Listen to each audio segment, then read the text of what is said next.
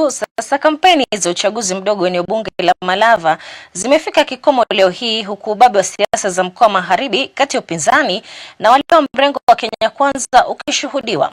Mrengo wa upinzani ukiongozwa na gavana wa Trans Nzoia George Natembeya uliandaa mikutano kadhaa wakimpigia upatu Seth Panyako kwa mbunge wa Malava na kuwarai wakazi kujitokeza kwa wingi na hata kushiriki uchaguzi mdogo. Madai ya wizi wa kura yalibuliwa na mrengo huo, wakiomba tume ya uchaguzi na mipaka IEBC kusimama wima. Taarifa kamili hii hapa.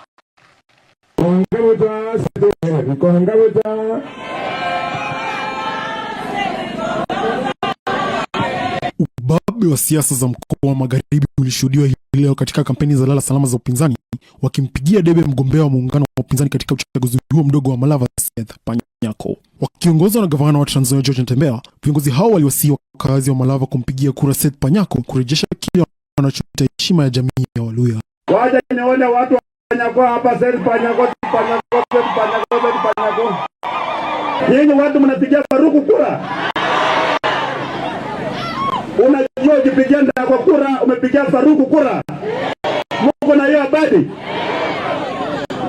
Wakizungumza katika wadi ya Chemuche, viongozi hao waliwakashifu vikali viongozi wa jamii ya Waluya waliomo serikalini kwa siasa zao duni, wakisema kuwa wataipa jamii hiyo ukombozi wa kisiasa. Sasa tarehe 27 ile maneno Natembeya amekuwa akisema, ile maneno Kalwala alikuwa anasema ya kwamba jamii ya Muluya inastahili heshima, kwamba jamii ya Muluya imegandamizwa, kwamba jamii ya Muluya inataka kujikomboa. Tarehe 27 hiyo biashara inaanza. Nyinyi mnajua jamii ya Muluya tuko na milango 18.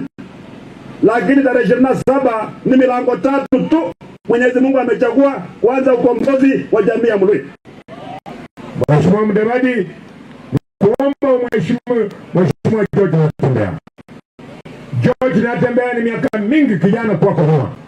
Lakini kwa sababu katika mila ya Waluya, msichana wa kwanza akishindwa kuoa, kijana mdogo huwa anauliza wazazi, nioe nisioe. Mnaweza kumkataza? Viongozi hao walidai kuwa kuna karatasi za kura takriban 15,000 zilizojazwa na mrengo wa Kenya Kwanza, na wameonya mrengo huu kutotumia karatasi hizo, wakiomba tume ya uchaguzi na mipaka IEBC kupita mtihani huu wa tarehe 27. Na nyinyi IEBC, you are new in office. This one is a test case. Kama mtaiba hii kura, tunajua kwamba mtaiba ya 2027. Ama namna gani? It's for you to demonstrate kabisa vizuri kwamba you are professional. Bwana Esoko na kujua wewe ulikuwa mtu mzuri.